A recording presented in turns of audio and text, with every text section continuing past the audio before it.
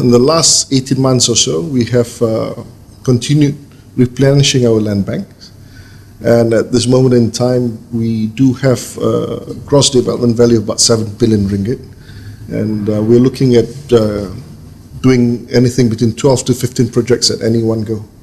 So these are exciting times for us. And we hope with the economic sustainability, especially in this region, the trend moving forward for not only for Glomac, but for the property development industry as a whole would be positive. The degree of confidence is a very important factor. As you know, property would be the single largest purchase of a person's life, and the degree of confidence will come into that context. With the slowing down of the US economy, the crisis that the Eurozone is facing, I think obviously there would be external factors affecting the degree of confidence. Domestically in Malaysia and regionally in ASEAN and also in Asia, we can still see that domestic demand is still very strong,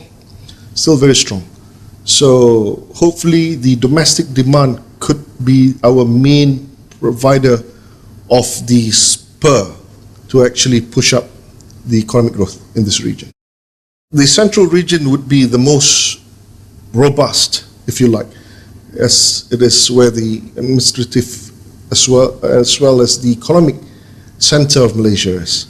And the northern region, Penang, is also strong, as well as the southern region, as you have just mentioned, the Iskandar region.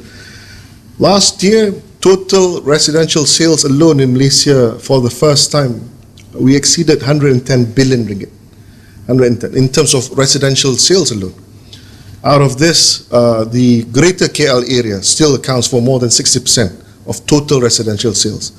So the main economic region that actually drives the property as well as other economic activities would be the central, in my opinion, the northern as well as the southern.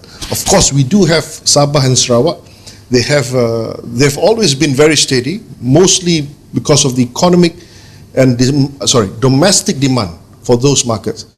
Regionally, it will be ASEAN. This is a region with 600 million population. The inter-trade between ASEAN is, last year was, if I'm not mistaken, it's in the region a bit more than $2 trillion.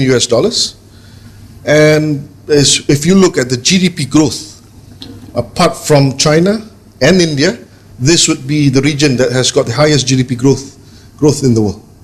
And at this moment in time, all of us are young economies. You have Malaysia has only been independent for 55 years. With the purchasing power becoming stronger in this region because of the economic growth, we think that this will be an area for the future. I think we are doing an okay job. I think we could do a better job, definitely. We are not good at selling ourselves. This is my personal view. I think more can be done. Some form of branding have to be introduced. Malaysia has got everything. It's a stable country. You've got very good infrastructure. The education system is good. In terms of tourism, in terms of retail, in terms of health services, I think in ASEAN we would be somewhere at the top, definitely. But we have not made this known to the international community. We have not made this known to the world. Well, GCC countries have always been big investors, especially in property investments.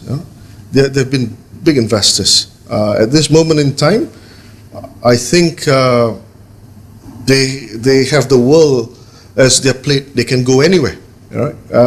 But GCC investors have been very aggressive in Malaysia, especially in 2008 and 2009.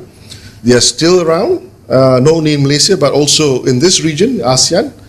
And Malaysia we are trying to place Malaysia to be the Islamic financial center of the world.